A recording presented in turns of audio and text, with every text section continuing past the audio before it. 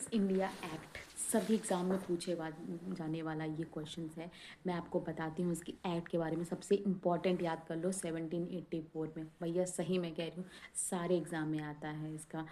कौन से सन में आया? 1784। बिल्कुल रट लो, यहाँ पे हाथ में लिख लो, कहीं भी लिख लो। पिट्स इंडिया एक्ट 1784 किस लिए प्रसिद्ध था? Double government. क्यों?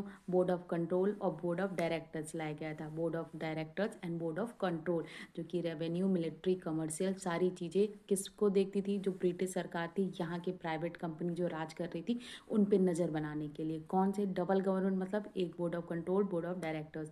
Board of control, board of directors रट लो बिल्कुल।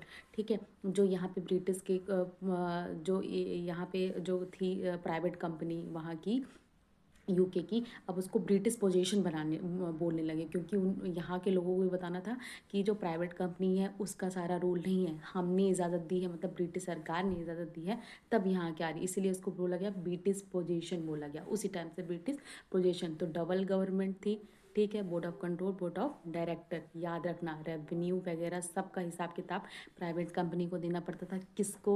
जो वहाँ बैठी थी यूके की कंपनी को, गवर्नमेंट को यहाँ की प्राइवेट कंपनी को देना पड़ता था, क्योंकि वहाँ पे उनका लॉस हो रहा था। यहाँ पे तो वो लोग खूब पैसा कमा रहे थे, बट वहाँ बताते नहीं थे। वो कहते थे हम इंडिया में लॉस हो रहा है, बल्कि इंडिया को बिल्कुल ख़त्म ही कर दिया था पूरा बिजनेस कर कर कर।